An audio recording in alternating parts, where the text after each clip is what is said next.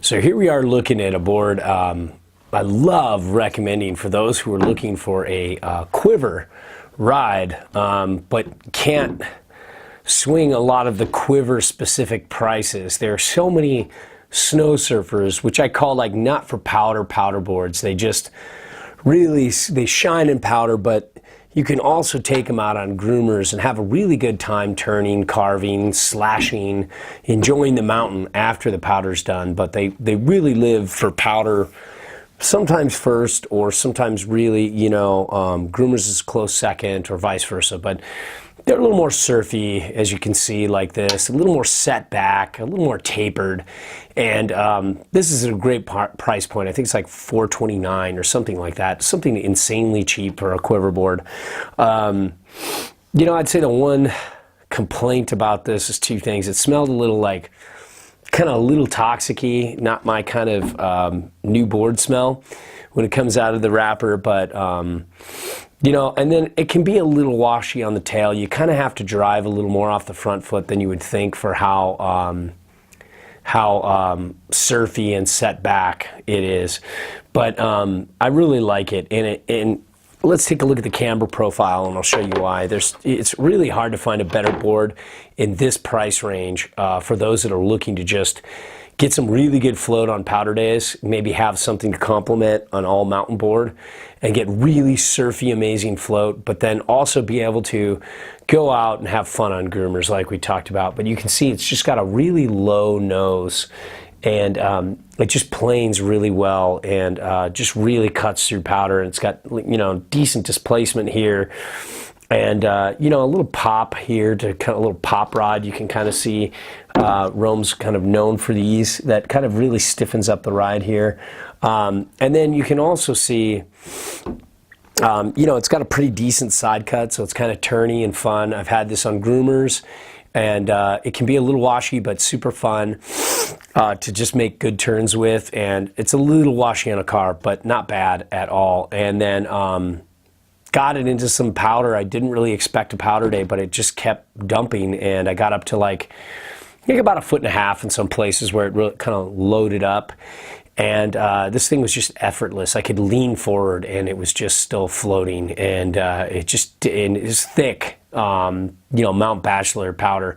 So, 1.5 feet there is like, a lot in some other lighter places like Utah. I mean, you could ride chest high sometimes in that light fluffy stuff if it's the truly good stuff, and you could be on a twin with a centered stance, where out here it really helps when you have a little more directional float and some easy float.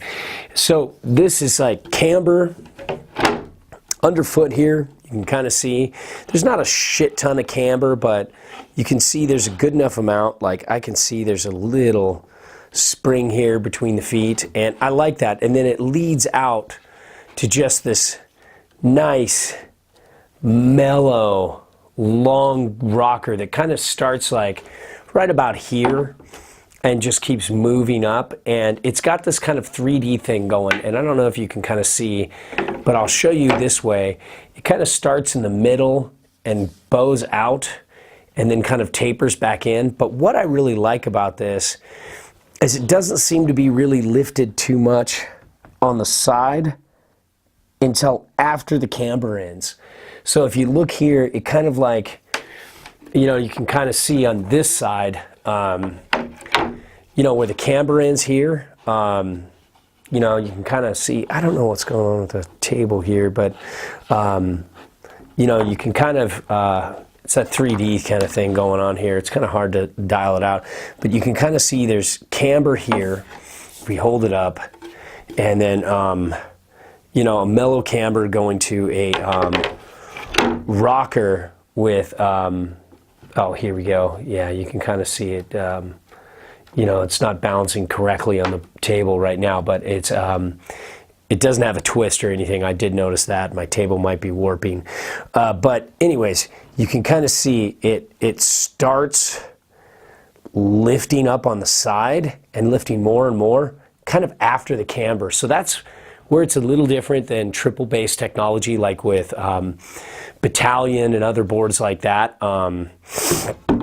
you can kind of see like it doesn't really have that kind of like lift between the feet, and there is a little lift in the tail on the sides here, and you know, and that helps a little bit, especially when turning in powder.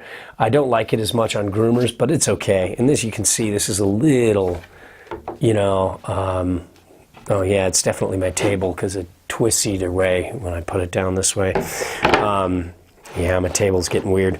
Anyways, but let's talk about setback on board. Either way, it's got nice powder displacement.